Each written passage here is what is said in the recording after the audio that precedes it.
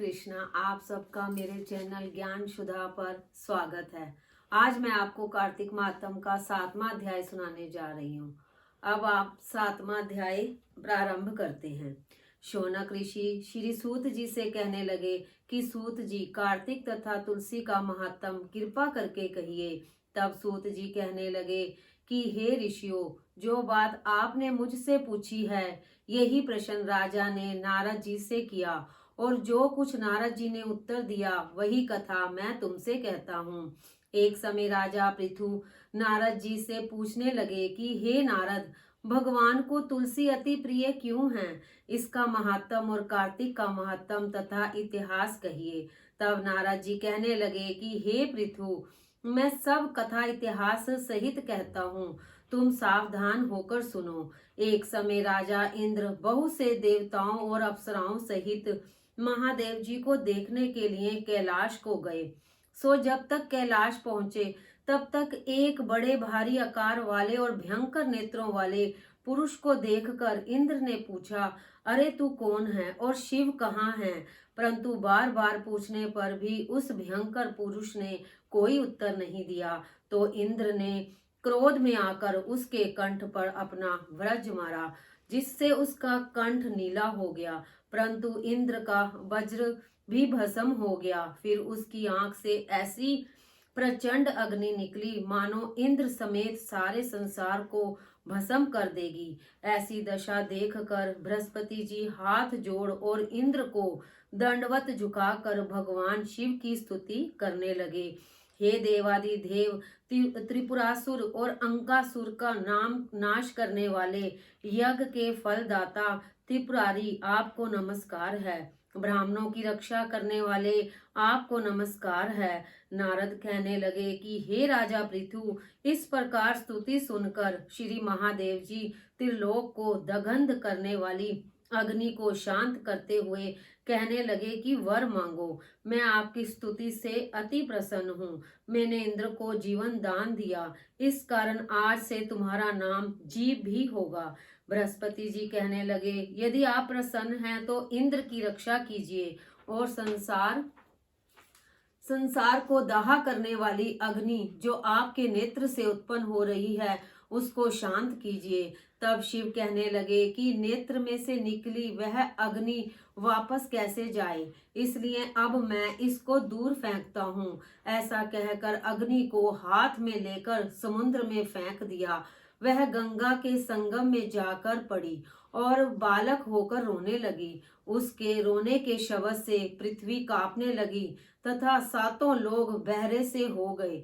ऐसा आश्चर्य देखकर ब्रह्मा जी वहां पर आए। जब समुद्र की गोद में बालक देखा तो विस्मय से पूछने लगे कि यह बालक किसका है। समुद्र ने बड़े आदर से बालक को ब्रह्मा जी की गोद में दे दिया और कहने लगा कि यह मेरा पुत्र गंगा से उत्पन्न हुआ है, इसके जातक कर्मादिक संस्कार कराइए। फिर उस बालक ने ब्रह्मा जी को दाढ़ी पकड़कर इतने जोर से मरोड़ी कि ब्रह्मा जी के नेत्रों में जल आ गया।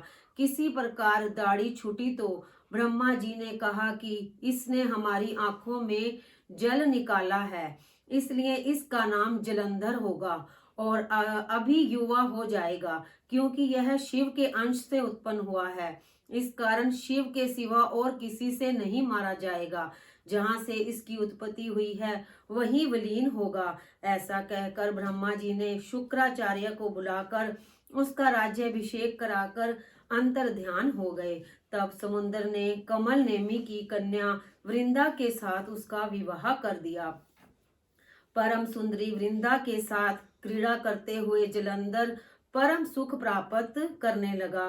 वृंदा पतिव्रताओं में सबसे प्रथम थी। जब उसके पति आते तो उनको पाद्य, अर्घ्य, आचमन आदि देती, आप ही पंखा करती। वह अपने पति को नारायण समझकर सदैव उसकी सेवा में लगी रहती।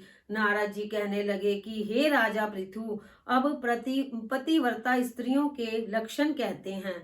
जो स्त्री पति दुख में दुखी और सुख से सुखी होती है, परदेश पर कृष और पति के मर जाने पर उसके साथ सती हो जाती है, पति के पाप पुण्य को आधा बांटने वाली स्त्री को पति के मर जाने पर अवश्य सती होना चाहिए। जो स्त्री सती होती है वह मनुष्य के शरीर में जितने रोम होते हैं उतनी ही संख्या भर वर्षों तक अपने पति के साथ स्वर्ग में वास करती है। जो स्त्री सती होने के लिए जितने कदम शमशान की तरफ जाती है, पद पद में एक एक यज्ञ का फल होता है। माता पिता और पति के कुल को पवित्र करती है। जैसे सपेरा सांप को पकड़कर बिल के बाहर निकाल लेता है, वैसे ही सती अपने पति को नरक से निकाल कर स्वर्ग में पहुंचाती है। अतः पतिव्रता स्त्रियों को अपने पति के साथ सती होना उनका परम धर्म है। तब नारद जी राजा पृथु से कहने लगे कि देवताओं के डर से जो दैत्य पाताल में भाग गए थे, वे जलंधर के आश्रय से निर्भय होकर पृथ्वी पर घूमने लगे। इसी समय जलंधर ने कटे सिर वाले राहु को देखा तो उसने शुक्राचार्य से इसका कारण पूछा। शुक्राचार्य ने समुद्र मंथने तथा देवताओं द्वारा रत्नों के राजा की सब कथा सुनाई। इस प्रकार अपने पिता का मरण और दैत्यों का अनादर सुनकर जलंधर ने क्रोध के मारे घसमर नामक दूत को इंद्र के पास भेजा। घसमर दूत जल्दी ही इंद्र की सुधर्मा सभा में जाकर अभिमान पूर्वक इंद्र को नमस्कार भी ना करके कहने लगा कि दैत्यपति जलंधर ने मुझको भेजा है। जो कुछ उसने कहा है सो सुनो। तुमने हमारे पिता का मंथन करके उससे जो रतन लिए हैं उन पर तुम्हारा कोई अधिकार नहीं है, अतः वे रतन हमें वापस दो। ऐसे घसमर के वचन सुनकर इंद्र विस्मय और भय से कहने लगा कि समुद्र सदैव हमारे शत्रु दानवों की रक्षा करता है, इसलिए हमने उसको मत कर रतन ले लिए हैं। इस तरह समुद्र के एक पुत्र शंखासुर को विष्णु ने मार गिराया। समुद्र मंथने के ये सब कारण तू जाकर अपने स्वामी को सुना दे। नारद जी यह कहने लगे कि दूत ने यह सब समाचार जलंधर को सुनाया। तब जलंधर अति क्रोध करके देवताओं को जीतने का उपाय सोचने लगा। उसने सब दिशाओं तथा पाताल के दैत्यों को बुलाकर और शुंभ निशुंभ आदि को अपना सेनापति बनाकर करोड़ों दैत्यों को इकट्ठा किया और स्वर्ग के नंदन वन में जाकर इंद्र की अमरावती पुरी को घेर लिया। तब देवता भी युद्ध के लिए बाहर निकले और अनेक अस्त्र और शस्त्रों से देवता और दैत्यों का युद्ध होने लगा। वे सब एक दूसरे को मार मार कर गिराने लगे। सब तरफ रुधिर बहने लगा। मरकर गिरे हुए हाथी घोड़े आदि से पृथ्वी ऐसी शोभित हुई जैसी मेघों की घटाओं में संध्या। इस युद्ध में मारे हुए दैत्यों को शुक्राचार्य अपनी अमृत संजीवनी विद्या जीवित करने लगा। देवताओं को भी बृहस्पति जी द्रोणाचल की दिव्य औषधि से जीवन दान मिलने लगा। उनके जीवित होने का कारण उसने गुरु शुक्राचार्य से पूछा तो शुक्राचार्य ने द्रोणाचल पर्वत से बृहस्पति द्वारा दिव्य औषध की वार्ता सुनाई। तब शुक्राचार्य ने जलंधर को द्रोणाचल पर्वत को हर लेने का आदेश दिया और जलंधर दैत्य ने द्रोणाचल पर्वत को उठाकर समुद्र में फेंक दिया और फिर आकर संग्राम करने लगा। देवताओं के मरने पर जब बृहस्पति जी दिव्य औषध लाने के लिए द्रोणाचल गए तो वहां पर पर्वत ना देखकर देवताओं को दैत्यों से हारा जानकर अत्यंत घबरा कर दूर से ही देवताओं को कहने लगे, अरे देवताओं, यहाँ से जल्दी भागो, यह दैत्य शंकर के अंश से उत्पन्न हुआ, किसी से नहीं मारा जाएगा। ऐसी बात सुनकर भय के मारे सब देवता दशों दिशाओं की तरफ भागे और जलंधर दैत्य ने जीत के नगाड़े बजाते हुए अमरावती नगरी में प्रवेश किया। सब देवता डर के मारे सुमेरु पर्वत की कंधारों में यानी गुफाओं में जाकर छिप गए। देवताओं को भागा हुआ देखकर जलंधर इंद्रादिक देवताओं का अधिकार शुंभ निशुंभ आदि को दैत्यों को सौंप कर अन्य देवताओं का पीछा करने के लिए सुमेरु पर्वत की तरफ गया। इंद्रादिक सब देवता जलंधर को फिर आते देखकर भय के मारे भगवान विष्णु की स्तुति करने लगे। देवता कहने लगे, मच्छ खच्छ आदि अनेक रूप धारण करने वाले, भक्तों के दुखों का नाश करने वाले, सृष्टि का पालन व नाश करने वाले, शंख चक्र गदा धारण करने वाले, आपको नमस्कार है। लक्ष्मी के पति, दैत्यों का नाश करने वाले, पीतांबर धारण करने वाले, शरणागतों के रक्षक, आपको बारंबार नमस्कार है। जलंधर दैत्य से दुखित देवताओं के संताप को हरने वाले, सूर्य चंद्रमा दो नेत्रों वाले, आपको नमस्कार है।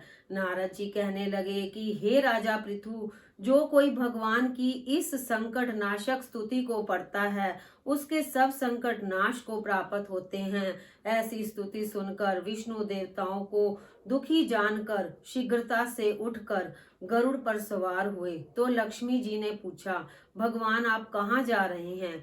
भगवान ने उत्तर दिया, हे रमा, तुम्हारे भाई जलंधर से पीड़ित देवताओं की सहायता के निमित्त दैत्यों से युद्ध करने जा रहा हूँ। लक्ष्मी जी कहने लगी, भगवान मैं आपकी परम प्रिय हूँ, आप मेरे भाई को क्यों मारेंगे? भगवान कहने लगे कि शंकर से उत्पन्न और ब्रह्मा के वचन से जलंधर को हम नहीं मारेंगे। ऐसा कहकर शंख चक्र गदा और खड़ग लेकर जलंधर के सम्मुख युद्ध करने के लिए भगवान चले। जिस समय भगवान युद्ध क्षेत्र में युद्ध करने लगे तो बहुत सारे दैत्य गरुड़ के पंखों के वेग से ही मारे गए। पवन से पीड़ित दैत्यों को देखकर जलंधर को अत्यंत क्रोध आया और वह विष्णु के सम्मुख आया। फिर भगवान विष्णु तथा जलंधर का घोर संग्राम हुआ। आकाश मेघों की तरह बाणों से ढक गया। तब भगवान ने जलंधर के ध्वजा, छत्र, धनुष और घोड़े अपने बाणों से काट डाले। जलंधर ने भी गदा गरुड़ के मस्तक पे मारी, उसका मूर्छित कर दिया। भगवान ने उसकी गदा को तलवार से काट दिया। तब जलंधर ने भगवान की छाती में मुक्का मारा और फिर दोनों का मल्लाह युद्ध हुआ। इस युद्ध से सारा ब्रह्मांड कंपायमान हो गया। तब भगवान विष्णु ने कहा, हे दैत्यराज, हमारा युद्ध ठीक नहीं, क्योंकि तुम लक्ष्मी के भाई हो। तुम वर मांगो, यह भी मैं तुम्हें दूंगा। तब जलंधर ने कहा कि भगवान, यदि आप प्रसन्न हैं तो मुझे यह वरदान दे कि आप मेरी बहन लक्ष्मी जी के और गणों सहित मेरे घर में निवास करें।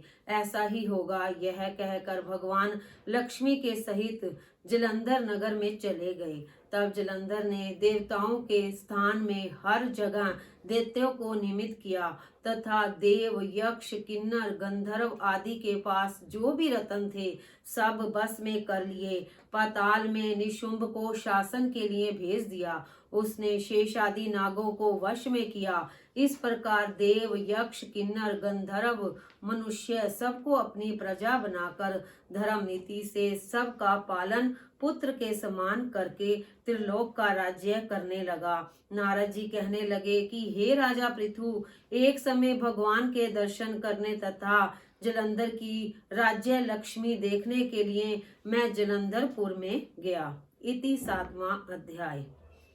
श्रीमन नारायण नारायण हरि हरि, लक्ष्मी नारायण नारायण हरि हरि, श्रीमन नारायण नारायण हरि हरि, लक्ष्मी नारायण नारायण हरि हरि, बद्री नारायण नारायण हरि हरि, श्रीमन नारायण नारायण हरि हरि।